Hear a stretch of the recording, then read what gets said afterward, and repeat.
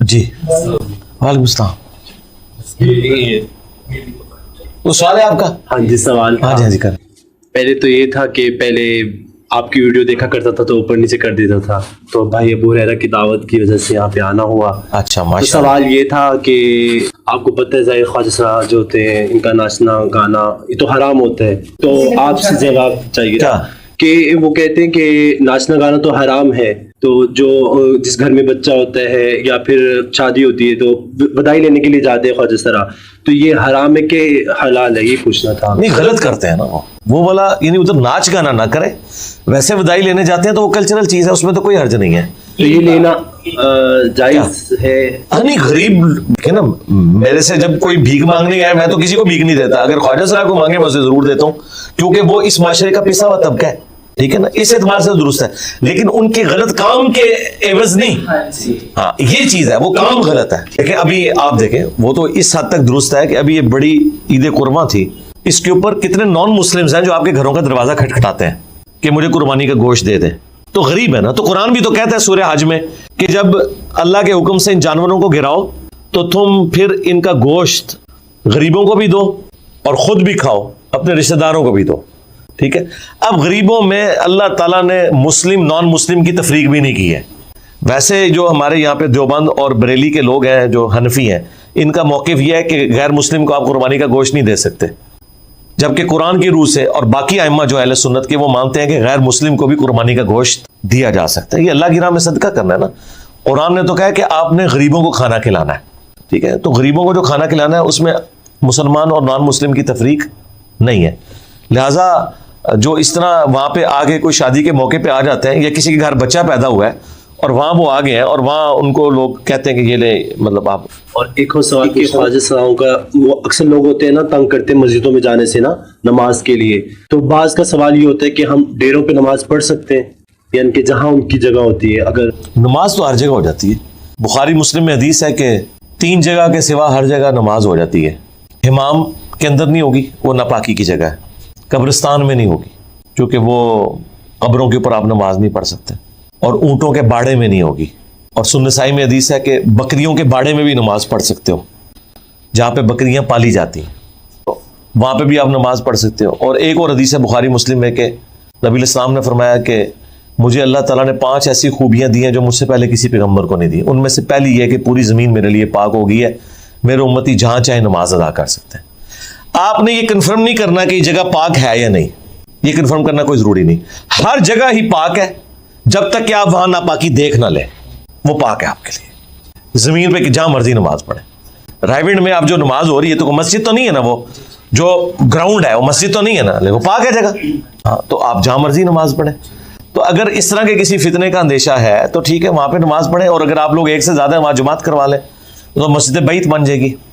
اکثر ایسے ہی ہوتا ہے. میں ایک دفعہ محک سے بھی ملنے گیا نا, تو جو سٹار ہے تو انہوں نے بھی ادھر میں سے ہی جماعت کروائی تھی, سارے شیمیل تھے پیچھے نا. ٹھیک ہے, اسی طریقے سے میں آپ کو بتاؤں, یہ جو بخاری میں آتا ہے کہ انس ابن مالک کو لوگ ملنے کے لیے گئے حضرت عمر بن عبدالعزیز کے دور میں.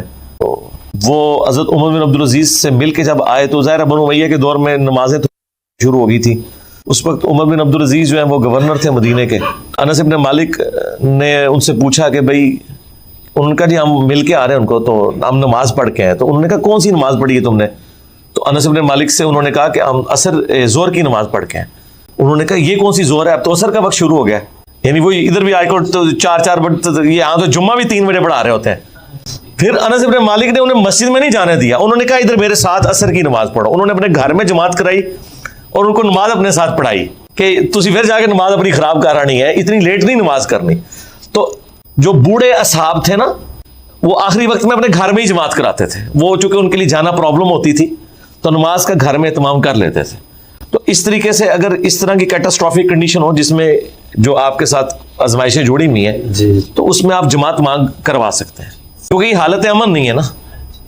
سوال پوچھنا تھا, مشکات کی جو کتاب ہے یہ ہم پڑھ سکتے ہیں خواجہ صاحب؟ جی پڑھیں. آپ پہلے قرآن کا ترجمہ پڑھیں, یہاں سے قرآن کا ترجمہ آپ کو فری مل جائے گا, وہ آپ پڑھیں.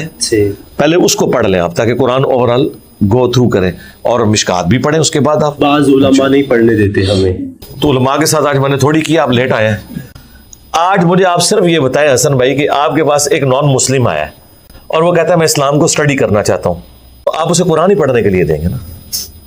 نان مسلم کو تو آپ قرآن پڑھنے کے لیے دے رہے ہیں, مسلمان کو کہہ رہے ہیں قرآن نہ پڑھو. پھر اس سے اگلی بات, آج جو ہماری یہاں پہ مذہبی تنظیمیں اس چیز کا کریڈٹ لے رہی ہیں کہ جی اتنے غیر مسلم مسلمان ہو گئے, ان سے ذرا پوچھیں کہ 11 ستمبر 2001 کے ٹوئنز ٹاور کے اٹیک کے بعد امریکہ میں جو اتنے لوگ مسلمان ہوئے ہیں وہ قرآن کا ترجمہ انگریزی میں پڑھ کے ہوئے ہیں. کتنے لوگوں کی لائف سٹوریز ہیں کہ ہم کسی لائبریری میں گئے ہیں تو قرآن انہوں نے سائڈ پہ پھینکا ہوا تھا اور ہم نے وہاں سے اٹھا لی وہ کتاب, پڑھی تو اللہ نے ہدایت دے دی. یار نان مسلم کو تو قرآن پڑھ کے ہدایت مل رہی ہے, اور اس لیول تک ہدایت ملتی ہے کہ اس کے بعد وہ نبی الاسلام کے اوپر اور اسلام کے اوپر کتابیں لکھتے ہیں, اور یہاں پہ مولوی کہہ رہے ہوتے ہیں اس غیر مسلم نے دیکھو کتاب لکھی ہے, تو اس غیر مسلم کے پاس کوئی ڈگری نہیں ہوتی, اس نے خود قرآن پڑھا, اللہ نے اسے ہدایت دی. سب سے بڑی بات جو آج میں نے کی تھی کہ صحابہ کرام اکثریت ان پڑھ تھے, انہیں لکھنا پڑھنا بھی نہیں آتا تھا, لیکن ان کی کریمنگ, یاداشت, رٹا مارنے کی عادت یہ عرب کی گھٹی میں تھی. ہزاروں شعر انہیں زبانی یاد ہوتے تھے, اس لیے قرآن کا اسلوب بھی تھوڑا اس سٹائل کا ہے, آزاد نظم والا سٹائل ہے. تو جب نبی علیہ السلام تلاوت کرتے تھے نا تو ان کی زبان میں تھی, ان پہ اثر کرتی تھی.